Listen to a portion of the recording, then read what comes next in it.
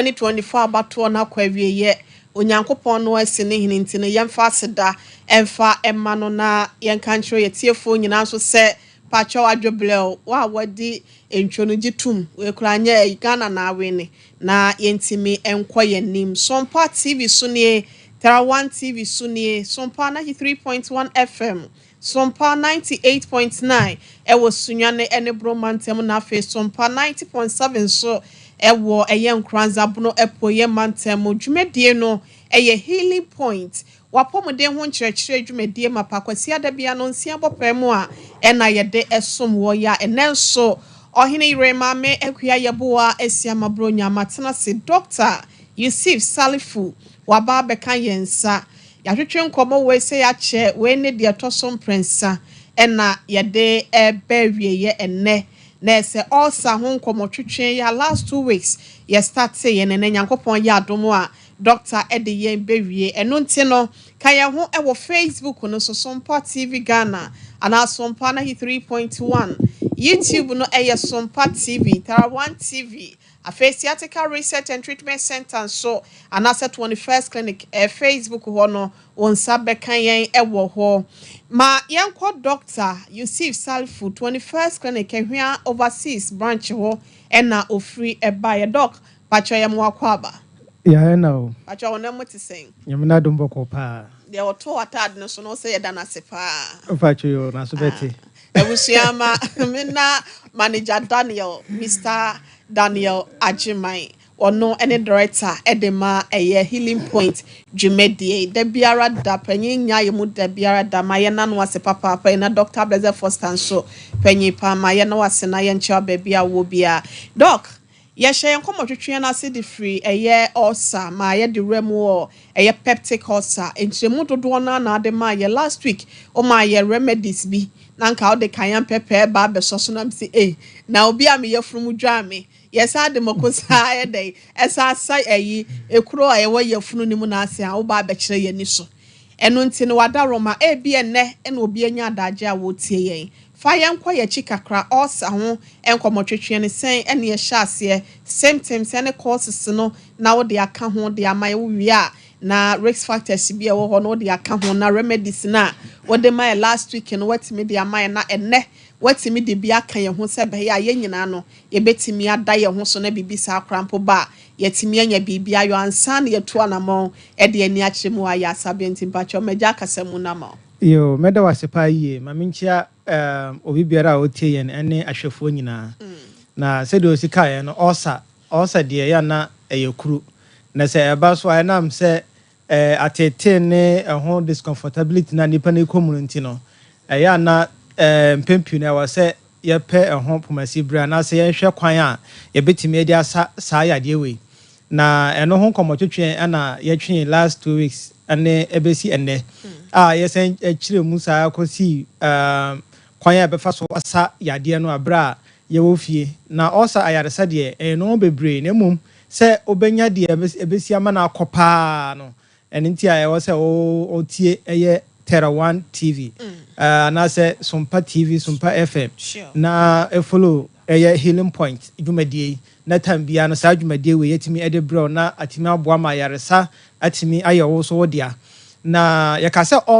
ulcer no aya na yenim se eyekuro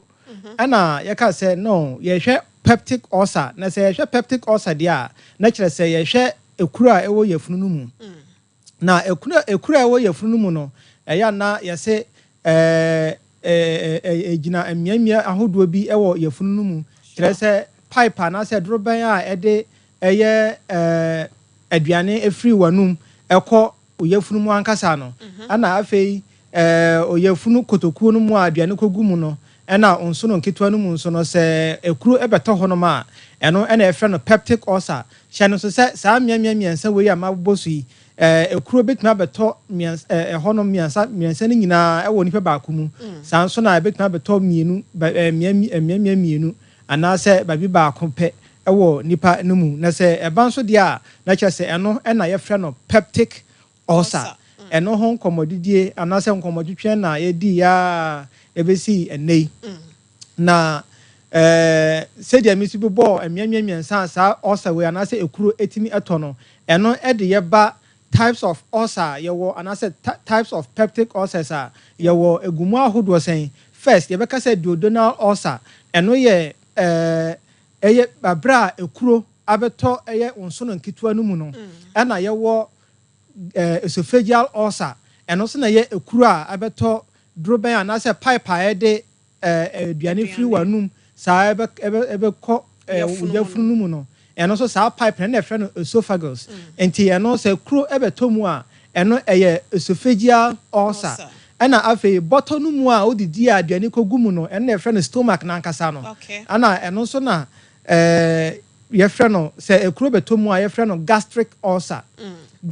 ulcer ana se stomach ulcer enti eno ena ne types na se ahodo yewo abra ye treat peptic ulcer afi se ulcer no ba ede nsusanso na betimi di abra yen de na betimi adadi ema ya hu se yewo peptic ulcer ye ka se de edi kan tie de edi kan betimi ma obo ahyehyew na eno no titiriw no se wadidi awie no onya didi awie na no enche biabo se obo ahya se ehyehyew ana ekire mu se because se stomach enzymes no ma hodo bia eya na eno na ba yafunu mu atimi boama aduane eyam no eno onye didi pe aduane nya koto mu ewa se eno eba na atimi ye aduane no ho adwuma enti se wo osa eno boba na se etwi osa no so a emma na hyehyew te se mako enti be mama obo ahyehyew ena yaka se ebitima ma wakoma so aye de abon tenten obeka se wo akoma yade nso na eye osa ti obi wo ho na akoma timi bona ma no hu se yes na akoma bono ebia na wo de akwahye bp oba check ne pressure na eye normal oba check ne sugar na eye normal oba check no ma hodo na eye normal nso na osa no ena this how problem no eba onim se osa wo hoi betima ma onfe na onfe nso aya oya abra odwen se ebia onfe na onfe aya oya no okay wako check ahun se ebia ha se na akoma no wonte ebia ebefra ebetima free akoma no nso na efiri akoma no na eye osa ena ma onfe na onfe aya oya na onfe na onfe aya oya na ebetima gina onfe baako ya eno so ekire se se gina onfe baako a eno kire wo se ulcer type a de ba no eye gastric ulcer eno na kire se eno gina ebetima gina onfe left side no so bonkum so no eno na kire wo se gastric ulcer ena tade side no eba pa yie ba se gina onfe no onfe ni mienu nyina na se eye wo ya sa na eno eya na duodenal ulcer na tade ba ana eno nso mpo no ebetima ma wachi nso aya wo ya enti wo hwe obo ano honom na ya etimi aya wo ya na obo se ekọ wachi ho pe no nso no ebetimi aya wo ya enti wachi soro ho no ebetimi aya wo ya ana afei osisi soro ho kakra no nso no eno nso betimi aya wo ya nhwa na wode akwahye kidneys nso na nya kidney ena hawo sanso na ebetimi ama obi honam nyina aya ne ya enti obi ho no ma odasora no honam nyina aya ne ya obadwen se yare fufuro bi titru malaria ne typhoid nso na efri friend say efri ulcer ana se peptic ulcer ena tade sade no eba pa yie ana afei so ebetuma ma general body weakness ana se ohonam nyina betuma ya omre eno nso no ulcer bit say duodenal ulcer etimi de ba pa yie sanso na ebi ohonam ase komde wo check kra bia na ote yaw okay ma honam nyina ya mre na de na ya ne ba ma honam nyina ya omre sa won se as a friend said duodenal ulcer won se me ka say duodenal ulcer na tade sade na eba na duodenal ulcer one thing ne say aya na before benya duodenal ulcer dodo na no na eye acid na de ba okay say acid production ne be ye more e wo nipadua no mu a e ma wo ye weak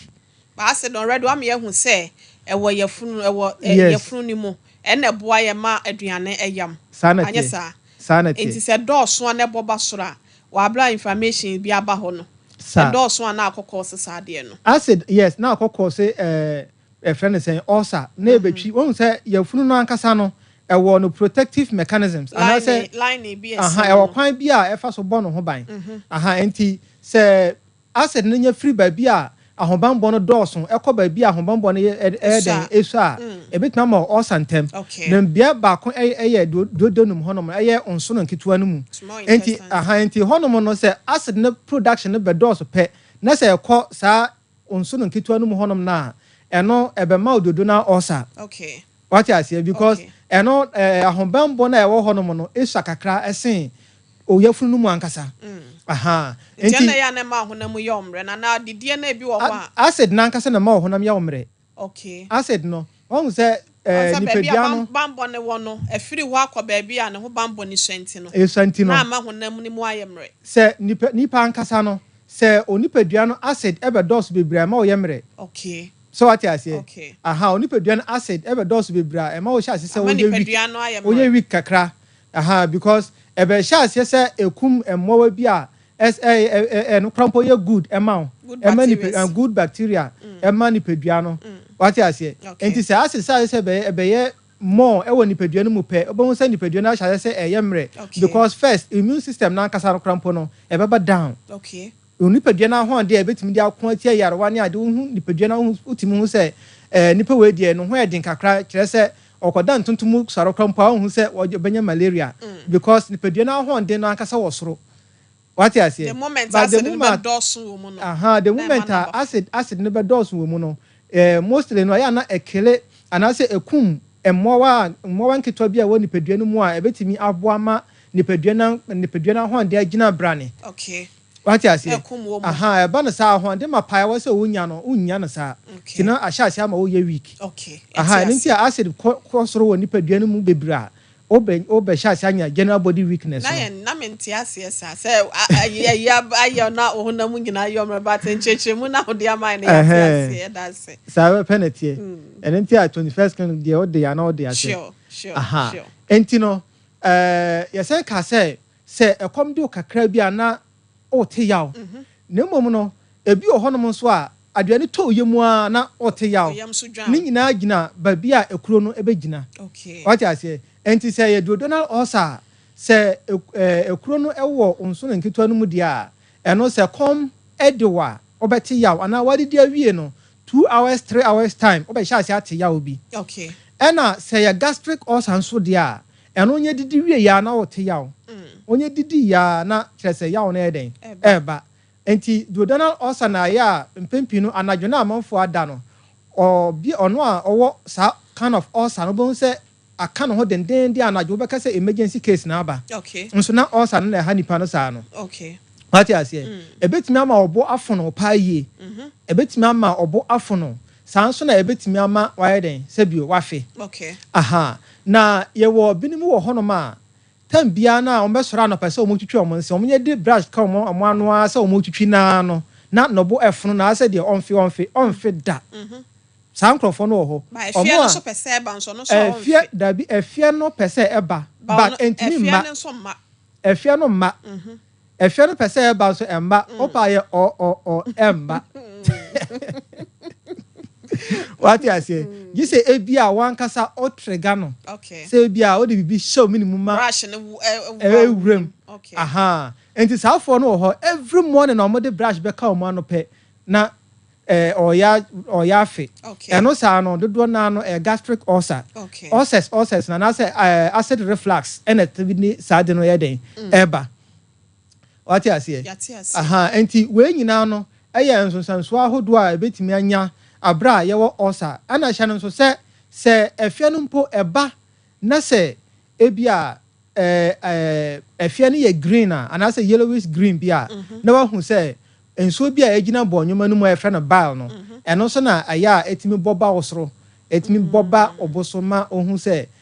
obefe nti ofia sa efia no ebeye yellowish green okay aha enti we nyina ye asansode ahodo a eba ebetimi ahu se ebetimi aba se yanya ulcer yi bi ana se peptic ulcer yi bi se de beya ebetimi aboa atu ho ana mo ana se etimi di enkyerɛkyerɛ so ana se normal ahodo bi a obetimi aye na watimi asa ulcer na ana se asi ho anokwan na nkoye kese because obi a ulcer na one treat no ahya se de obehu ne se okay me ulcer enti no me ni di ntentem enti se de beya me nkote yaw fine o ulcer o didn't tentem na nkyerɛ sɛ bɛma ulcer na akɔ obo ho wan kaka ulcer no de enko da o ye management what you say ebedu mre bi no bedidi nso bɛte yaw sure so what you say aha enti wo bedwi sɛ bi a ulcer no ho nti me didi ntentem sɛ de bɛya me nte hwe yes enti obi timi ba ayarasa bia o be diagnose no sɛ o ulcer no sɛ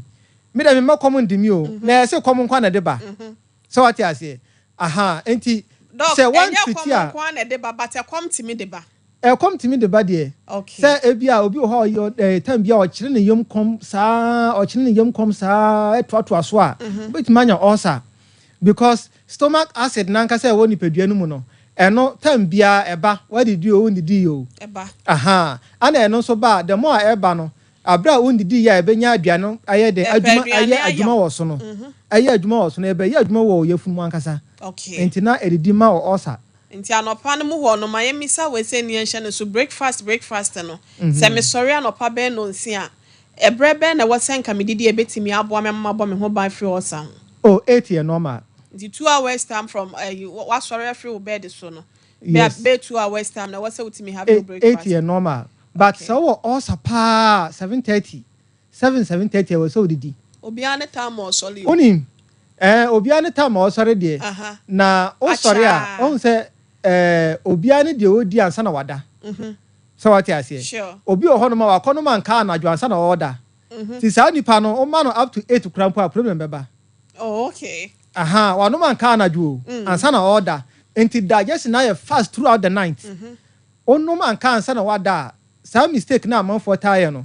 ebia ye see the fruits anajo where did he o abra kwakoda no wakonom anka kan hu say anopa pan obo hu say commercial say do oh okay what I say anka na ebe more osa kakra because acid ne be build up kakra ti wo ye obi anajo bia odi anka ansa na wada ahwe ne ye na media bro ben so anajo ne nyina aka ho okay ne nyina ye acidic ayia yendi ansa na yada okay et say de wasora na pound di hwe na wadi anka anasa wadi abrobe enti for that very time na ebe take ansa na wadi di no sa time ne nyina no acid na wadi akọ mu okay hydrochloric acid no so sign be ka ho enti acid ne be ye more okay what I say enti ne nyina e de how ebeba enti na me ka kira say so ulcer na so treat ya ebedu mrebi na betuma aba ne say complications ahodo ebetimi di aba no ebi wo hono ma ebi a wo kofi moja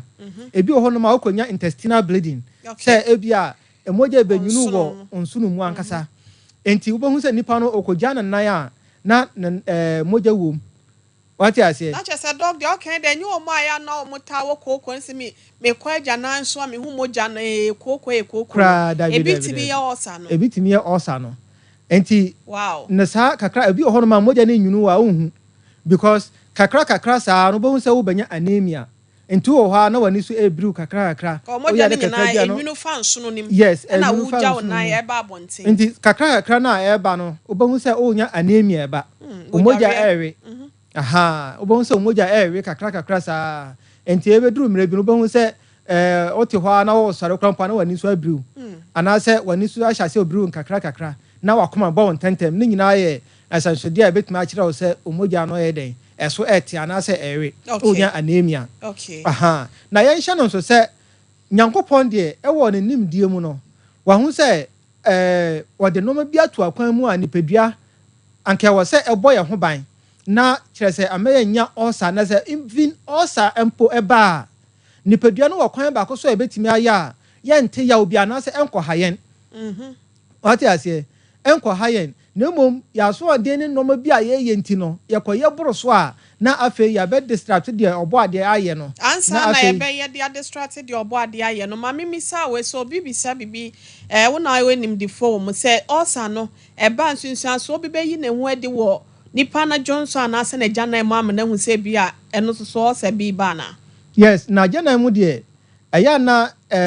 eno ebe tenete se ase tum on say yenim say aduane a ye die no eno betuma kire o ajana color garbage in garbage out enti udi green a kan hu say de ebe out no so no e betuma ye green san so na udi bibi ti say abenkwan a de ebe ba out no onim na color say de sitie but ebi we nim de because say aya na moja no nyunu famu nti no etimi esesa ajana na color na akoye tum kakra what I say na akoye tum enti tambia no ugya wona na say ye tum a ebi wo hono ma na chese ebi wo ho na moja na yeden afra onwi bidie na ye na sa wo ja wo ta ja wona na say ye tuntum a no wan say no so ye osa ho nsunsun so ana ne popo ye ne bia sana tie enti ana ebi so wo hono ma ebi ana enya osa nso eni ta bibia ni ye ka kira say ehu be hia say ebe ye nhwehwemu na yahu de e de ba poten na ankofa complication bi anye den ambrɛ Ebusia doctor Yusuf Salifu 21st clinic ansa na yebeto aso de FC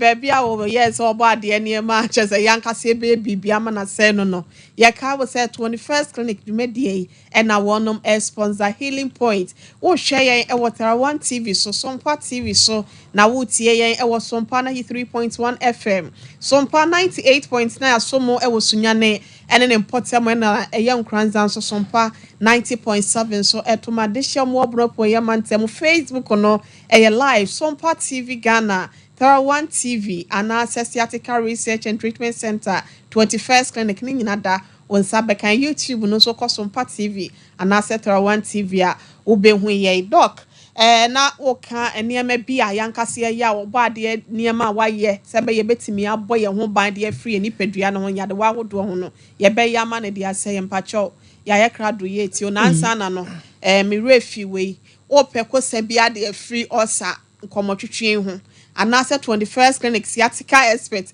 ya chese yakwadali mu ampacho frɛ number we sese doctors ni bi wo ho a ye no betwetwe nkomo 0540 311 311 0540 311 311 and 0249 311 311 0249 311 311 21st clinic doc fire chira kwano to dwa obi pese wo hu hwansa na yato adwumadie no so ahwa overseas safa radio channel kumase ayewo ene obo ase 21st clinic de ya to enkrabata na apete bebre ewo Accra obehu ye wo Dome Kaswa Tema Community 1 okay Accra Dome Kaswa Tema Community 1 enti Dome no se ode onim ho a ode okasa wo Dome market obesi wo heavy do choba ewo Dome market okay heavy do choba oduru heavy do choba bi se wo pe 21st clinic on be kire sanso na se bia ode wan kasa wo means na ekwa eye Dome Ecobank St. John's Ecobank na nchen pe obahu se mfuturu kwan bi da ho o de ofa so kwa ase okakra bi a 2 minutes drive bi na wo 21st clinic okay sanso na kaswa no ye wo new market kwan no so ye ne new ECG office na di nhwani mu ana afi Tema Community 1 ye wo Roman asore dan na chi pe okay o de ba ahwan overseas kumase ahwan overseas na kire se ba bi obafa ka bia say ye tech so for line kejetia so amra na about o fa ka se wo ko ahwan obesi wo 21st clinic e wo ahwan obesi wo yanim ho pe sanso na sunyan no ye wo regional hospital na say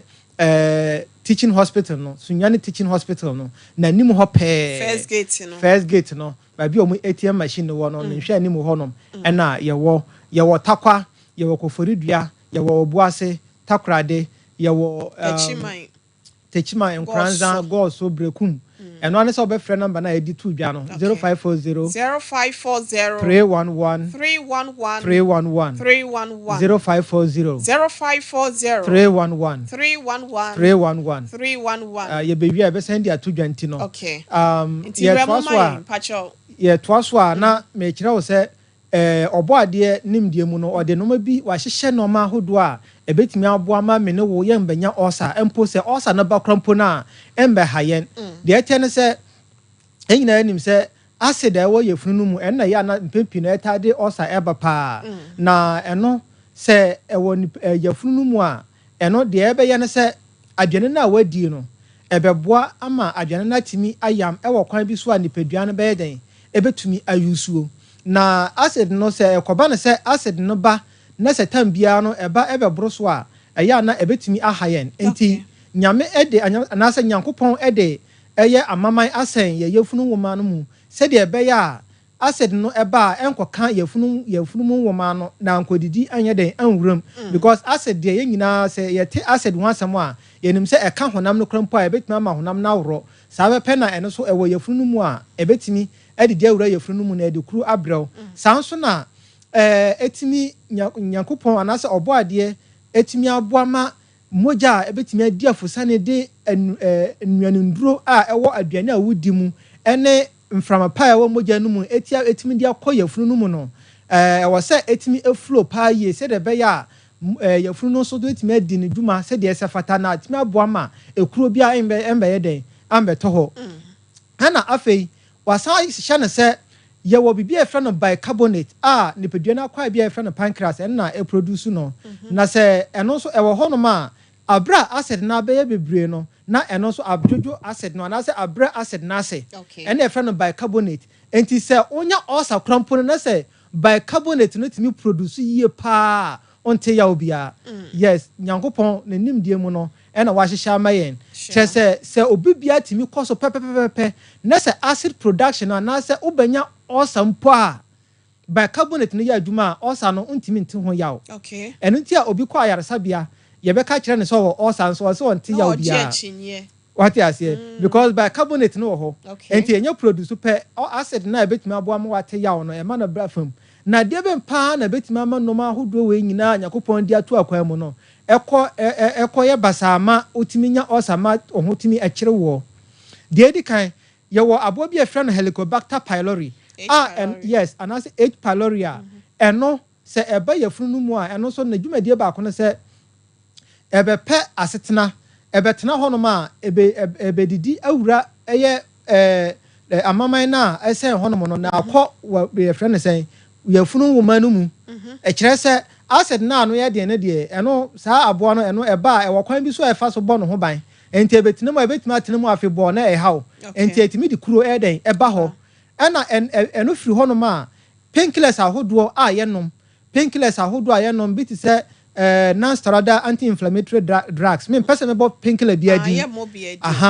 sa oti ya oya na wakonom o ha se ya oya wakonom obi na ya na ya wodi anom painkillers ne nyina no ekoboa ma amama na nke wase ebese oyefunu no mu abo ho ban no ne nyina ebese no nti no obo se acid no so anya kwan na atimi adidi ayeden awuram sanso na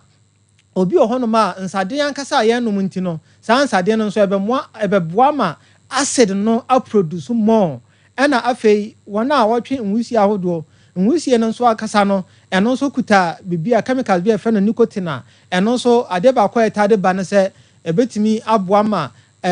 acid production aye more amaman na eno so bebo ho ban no eso bete na kire se ne nyina no aboa ma osa no so atima yeden atumi aba ena ye hye no so se ebi ohono ma ewo abusuamu hereditary anase genetic factors no ye wo abusuanko bi ohono ma omo de tambia no omo pepsin no production no ewo high enti tambia obahu se eno so sa pepsin no so anu ye den no anase any acid anase hydrochloric acid no nanam any hydrochloric acid no nanam ti no tambia no anu ye den na ebema o ekuro nso ewo ho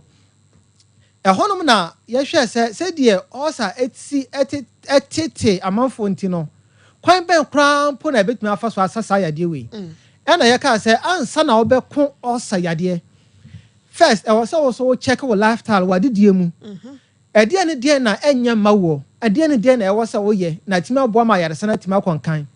ye say first twe ho free enduane bi a ekuta caffeine enduane bi a caffeine ewom ebi na ye energy drinks ahodo a ye nom ebi na ye coffee ene normal ahodo a hu se ekuta coffee caffeine bia no so wo osa enye mawo because emboa ma yaresa na timi ye de emma hwe ade bi a wo be ti se ne din ye tin twe ho free ho enti tin ahodo nyina no enye mawo men ka se we caffeine free we me say eye tin kwa de a abra wo pesa wo osa yade kwa de men num tin eno ne so na ye ade ba ko koko eye ma ba so so obetimi asusu ne nom no yes obetimi eno so gina yes say unni bi dia problem ni ho okay tin no de unni bia ya na problem nheda ni ho sa se obi enum tin obi ansi wa no kwan okay ana ye ka se yare bia wo na chiwade okay yare bia so wo na akade enti abra opesa wo sa yade no wonya na akade na se wo ndi na chiwade so a enko so what you say ti dikandi na chiwade so ana ye sen ka kire wo se hwe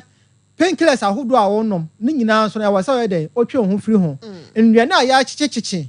eno so enye den enye ma rice water twe ho free ho obedi emo a mane ye emo bi ti say brown rice eno very good obenum koko a hwit wo ho your friend say sa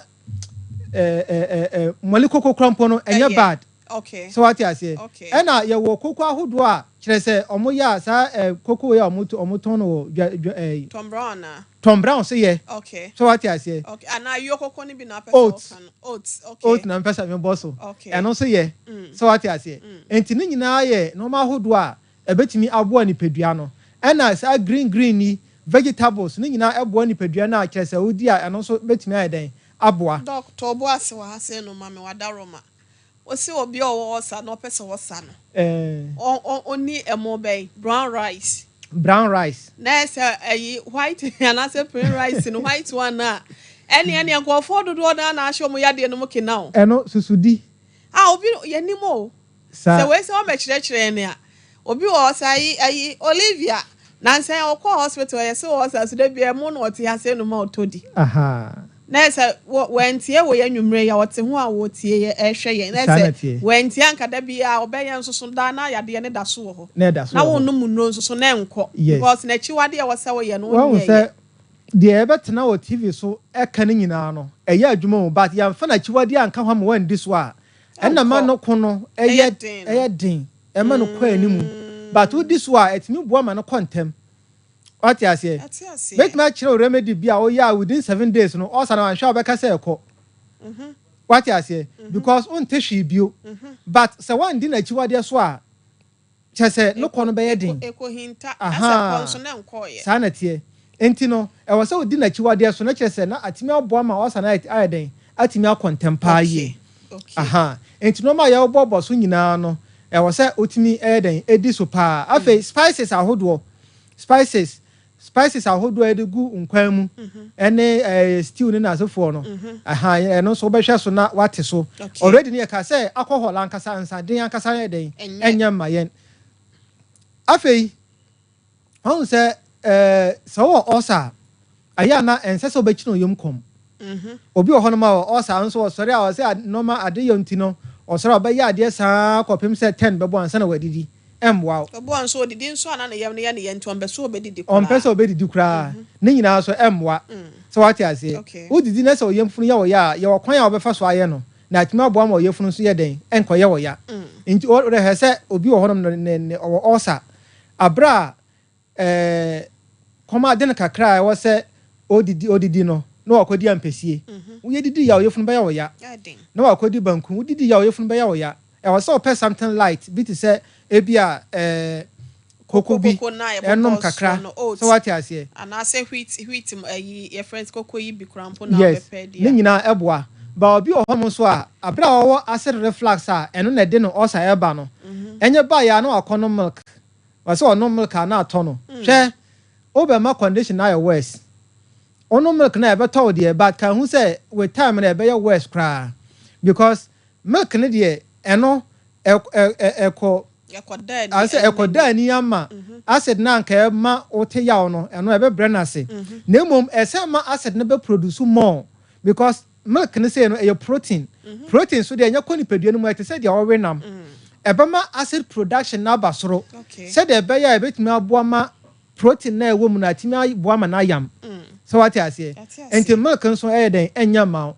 anka abrobe kosua ni nyina ya no ma bia wo se wo ye den o twe ho firi ho wo ya ulcer patient a won tan ni kosua na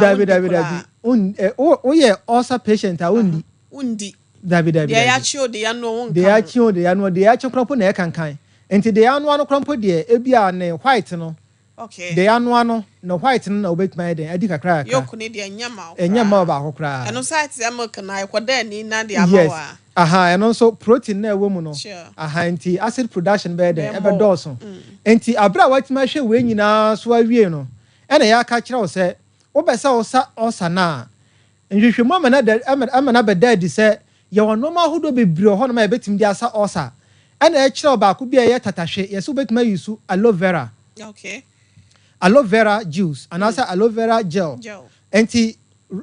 sa remedies we nyina be obosu ni anka etimi nya mfoni no TV no so a e be boa pa yi ni to so mai na aloe vera na adade mai no fa mai yes enti aloe vera no ya say sa wonya aloe vera na ne finfin na gel na ewo mu no dia ye mai no wo de yi oyi a na wape atrema baako no fagu nsuo hye kakra de mu no abra eye cap no quarter na kire se onya nsuo no cap full na chemu mienu na sen che no so mienu enti ano saa no na o de aloe vera no atre ma ba ko de num tea no ma ba ko no de afra na afei wanom abra undidi ye anopa okay what you say ena anwumre ansa na obeda ebi ohono ma se osa no kọ n'anim obetuma ye no 3 times a day anopa awia anwumre okay na utimi nya atrema no mienu nso a na hye se cup no tea cup no half nso tea cup half ena ode befra na wanom anopa abra wondidi ye onum wi a obetuma twen 30 minutes to 1 a ansa na wadidi anopa ena anwumre ansa na obeda eno nso no se osa no ye ade e wo n'anim a eno so betuma ye no anopa awia ena anwumre okay pacho what you say pacho ya te ase yes because aloe vera no ewo alosin aloin ana emodin no nyina ye anti-inflammatory a eboama kese ekuro bi a abeto hono no ahonhunu bi a abanyina nam so ma oteya no etimi ma no bafam last week o ma ye ho ayi wa hase no mu ema ye ho nkyerɛkyerɛ se nhwehwɛmu ahodo a ekɔ so wa maman ahodo a ewo wiase afa na nyina no ebi te say India Tanjavur ana ye hwɛ de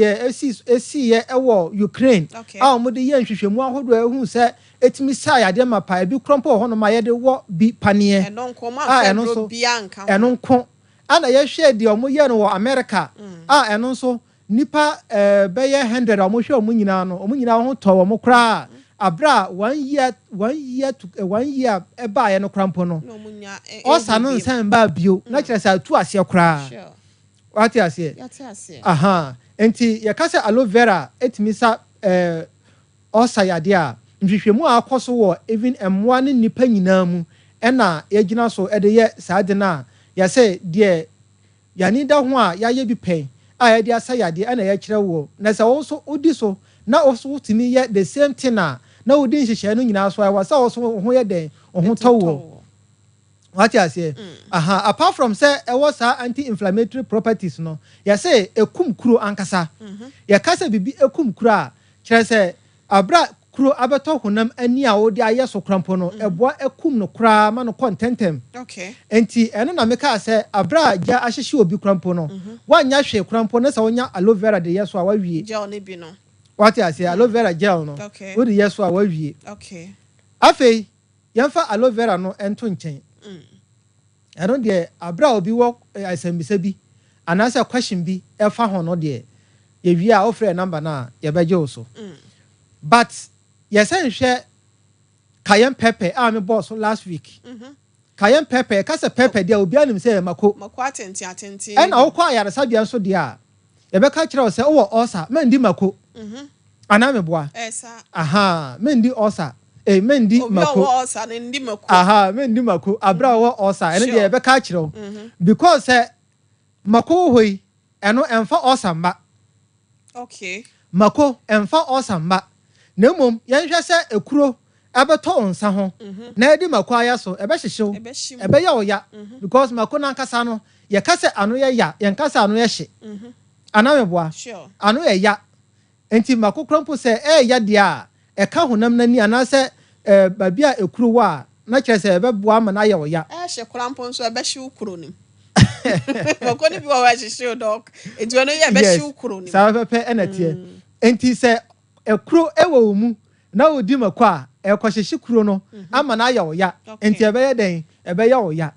enam so ma amonfo empe mako na se kase mako a yegum ewo mu ahodo on se mako no ye wo round no ye wo de etia ye wo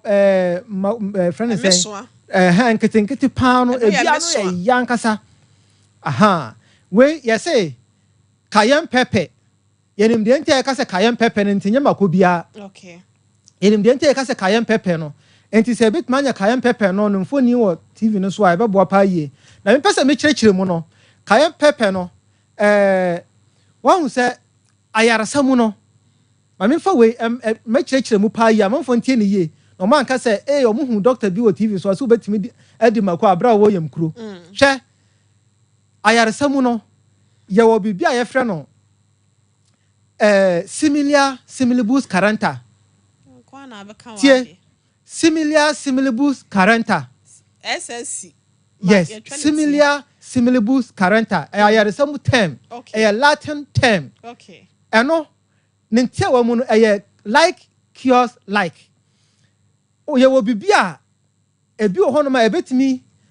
ama yade bi aba na mom say yade no ba krompo na saa de kro na no eno na yetimi de sa no yade what you say like cures like ade bi na den yemfa no say nsuo we me nom a ebe ma me osa abra ma num nsuo we ama na ma me osa no say me nom sa nsuo we kro na ebetimi ama osa na akọ eno ti ameka say like cures like Kayan pepper ne bi na gusu yi. Kayan pepper na gusu no. TV no so no. Wa utie radio mpacho mako atenten no. Mako atenten no. Enti sa wonya mako sa wo osa na sa wodi mako a ekohyehew na kan hu se sa yawo na ma wo kote no.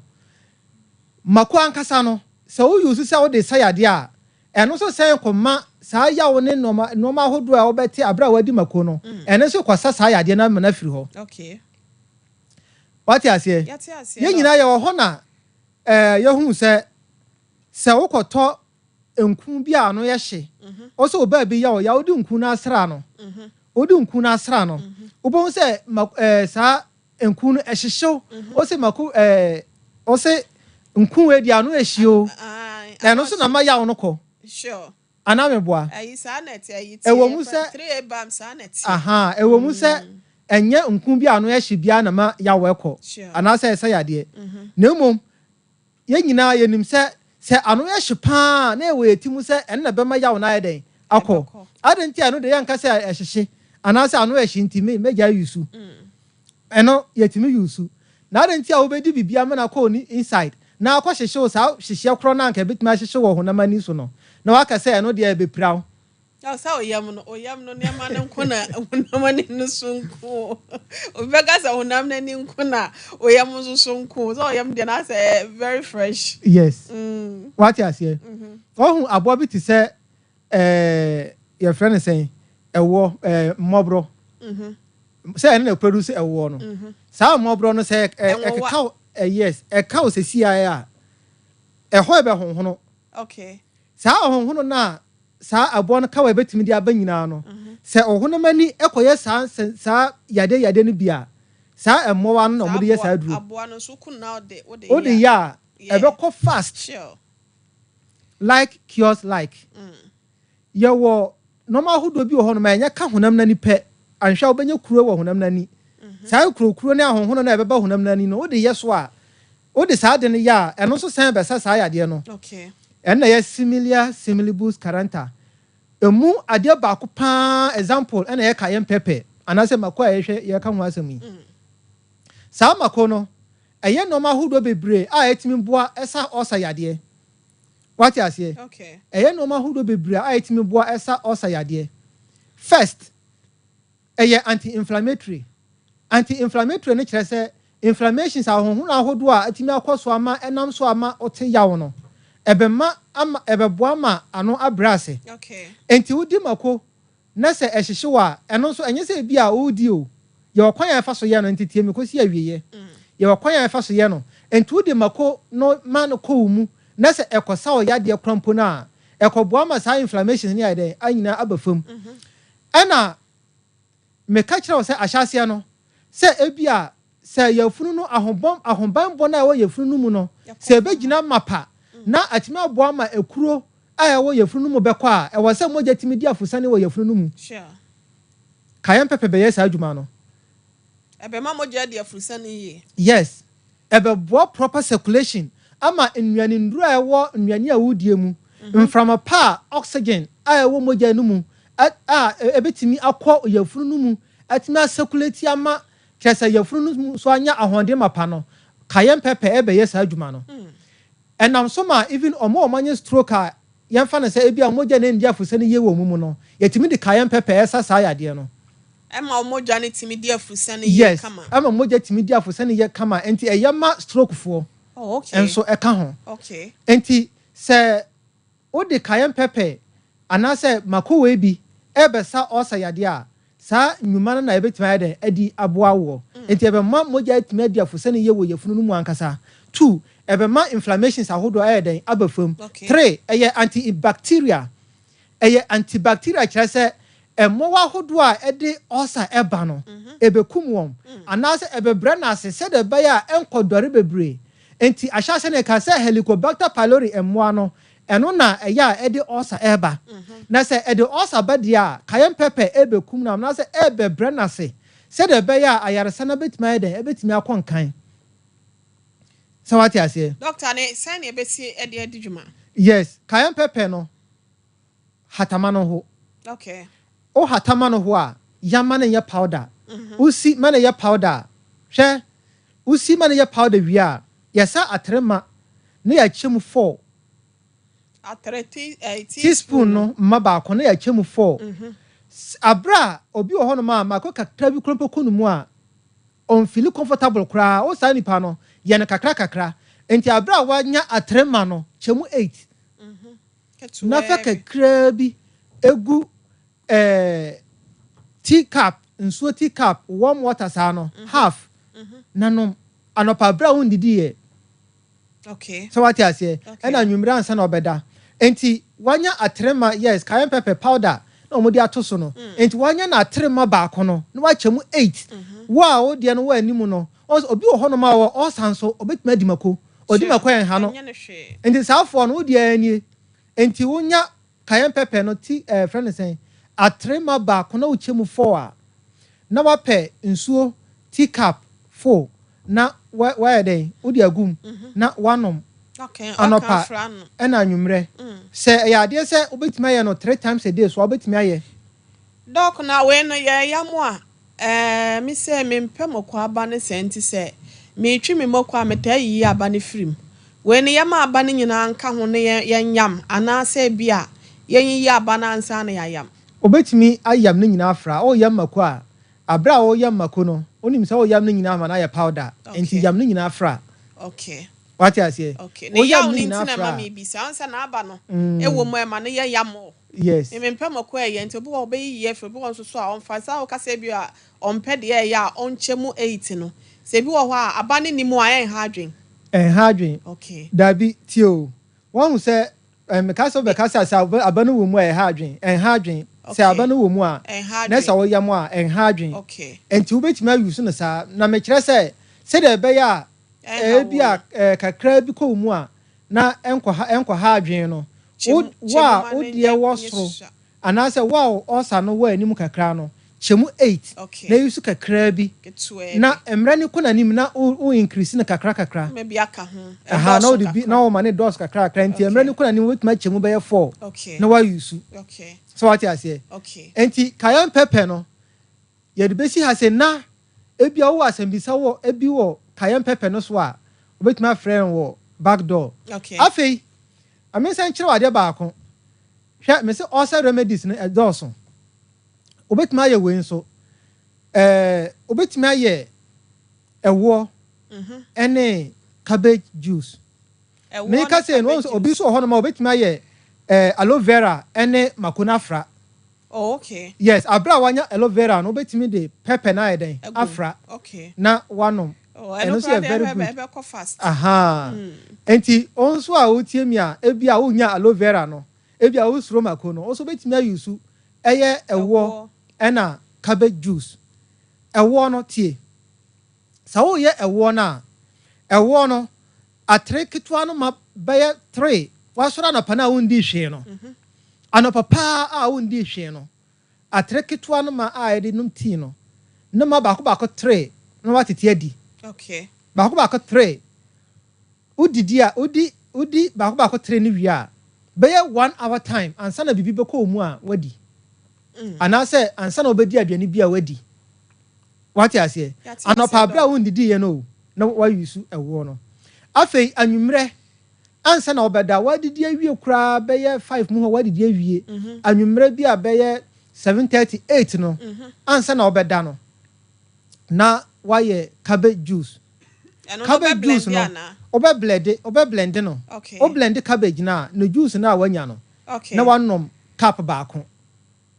eno na yama munya take cabbage ne da me fancy e betwa be sen ene ya blend ye be ne Won say bia ne thickness. Okay. Mananya thick kakra ma mananya thick pee. Okay. So what I say? Mama ne thick pea. O ka say ye fa e friend say cabbage a bia no so fa cabbage say out me yi ho ama no be ketekete. Aha because e bi o ho bia ne pepper so a ho akoduru. A obe yi ho sa na benya fresh one. Wanya fresh one. Aha wanya fresh one na wa blend no. Mama ne light sa bebre. Mama ne thick so bebre. Okay. Aha na e ho ne ho no. Na che say cup ma na one. Eno so warm water na ye de begum ana se nsuo bi aye. Eno de man use nsuo ayunu bebre. But nsuo normal water no betime use. Ye betimi a blend dodo de asi ho na ye hwehwe anu mo ana na ye ya ne ye no. Obetimi de asi fridge mu. Okay. But ache kura na 2 days. Okay. So what I say? Ye no mu wi. Aha na wanom. But cabbage juice no so no. Obetimi aye de agu ebi a Vortic to akasie mu. Ebi a 900 ml. Okay. Na wanom eno nko throughout the day. What they no be ye wonsu. Yes, wa sora no pa na ekosi anwumre no en na obe no ma. Okay. De bia na wanom. Okay. Na se o use oni no ana se ewo no tie eye natural ewo men ka se wa koye na amwa tie use natural ewo sometimes bi ye see you e be kire se de obetimi attest ewo abra ehun se eye natural ana se ye from. Okay. Yes. Unhu ya ko YouTube. Aha na ko search ye panyi ye Dr. Blessed Foster atimi aye sa audio na to hono ma na sa video na to ho a ebetimi abo ma wa test ehun say how to know if your honey is natural one or one na opese o use no e natural. Okay. And I say your frame. Okay. Obetimi ehun e wo say ohun. Okay. Na sa otimi hu dia use ewo natural one no. What I say? Na say ekoba na say de bia 6 o'clock na wodi sa ewo na mekire na. E wo say wodi so sa at least 7 days.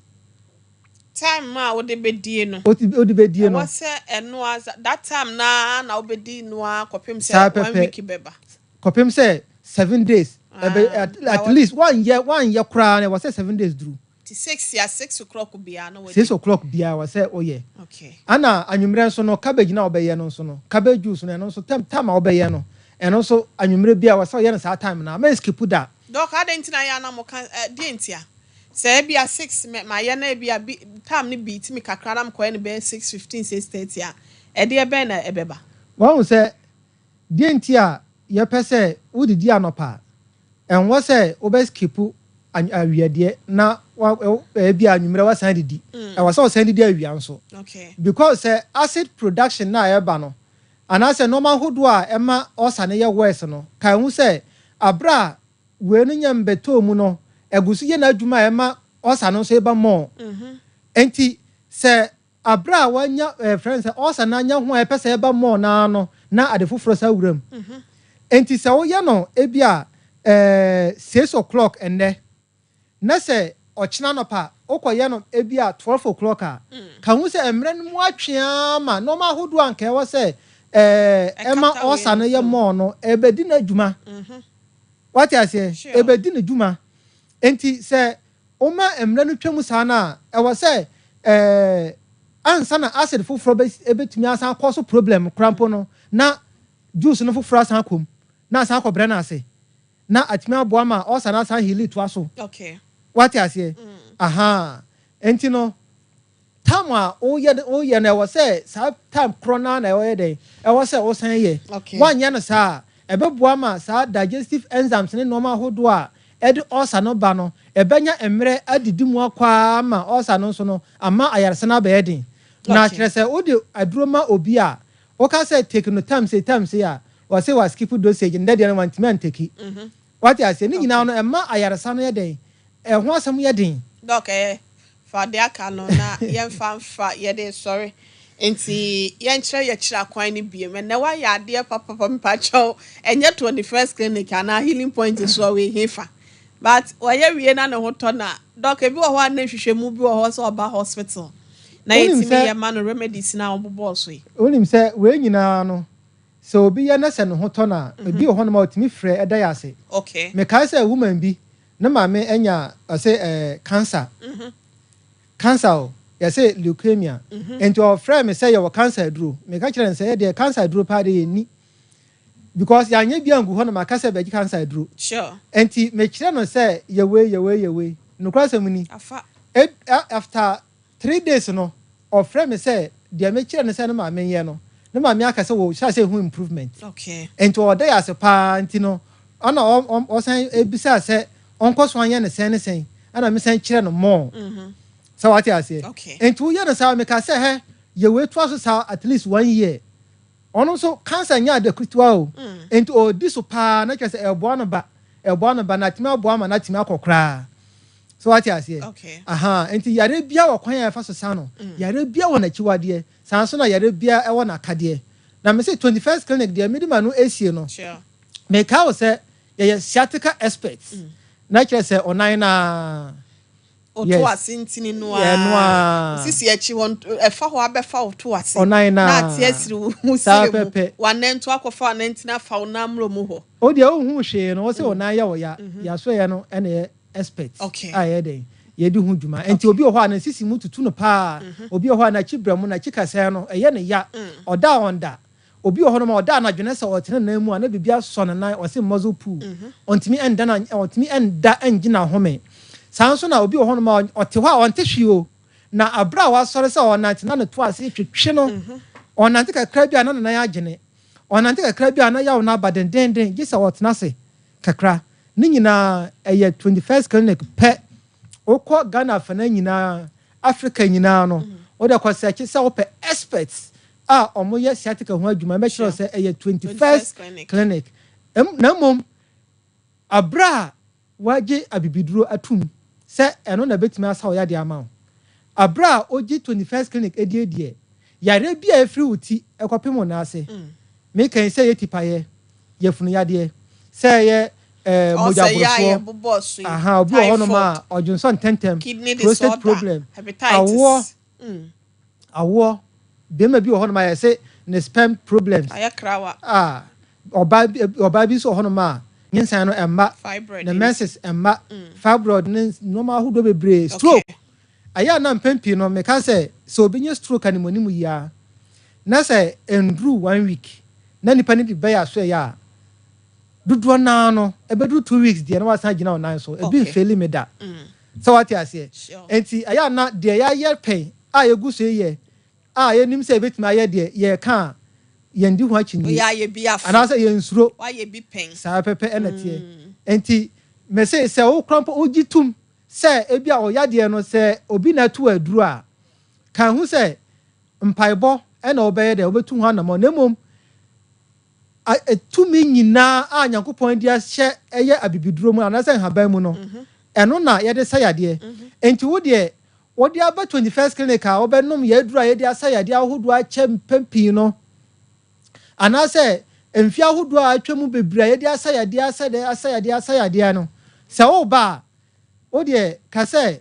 Nyankopon anase awrade 21st clinic nduru mu de asayade abra me de me yede we ekọ se ya adutuo se ya hunamani ena ebaaye se ye de menum aduru we ya ma anase fa omunduro yi so esa me so yade se de be ya me so metime adi adanse akire afoforo Nyankopon betio ya number ne ye 0540 311 311 0540 311 ye adwuma efri dwada kwesi memenda kan hu se ye ni holiday ya da obi biara ase Yansu ya dase Dr. Yusuf Salifu wa ben se uja de ode mana obechira wa ya sa ho ne masa wo mreda ma yemfa ne nsi ha se no hwe obasi Safa radio nche ho ena owo pacho 0540311311 0540311311 ana 0249311311 0249311311 311 we abusia hasenom na healing po adwumadie no ye de ese mame na Ransford ase na afi MCL fo nyina so ye da wono mo ase ekobaje sesem premier boy man Mr Dave na hwe Sompa TV MC ahode ma yen yenua no mo amwo nkran 1 TV ye da mo ase papa pa afi Sompa radio stations ni nyina so ene ada affiliate stations amoso adwumadie ni mo no ye beda mo ase midi de wo hene yire mame akua yeboa asiama bronya da se ne odonfo ne dodom ye ne a ye bese hia na ansa no wo kina da 4 pm wo nya dwumedie ya hyase anti a eya na wahwe TV no so 1 TV ne Sompa TV dwumedie no repeat e betwa kan hu se yato abawie eye kom patro enkohuru wo bi ema ne nkonkofa akomahye bi ema basabasa ye bi mpie ewo abato ye chi patro ye nyina ye fa akomapa enye de abanentum na bibia nso entimi nkoye ne mewo mpuntuo kwan so se oman ba ko Ghana ebusia yakra mu nyina o eti maya hu say ye wo yare bia ye fra no sciatica anso hwa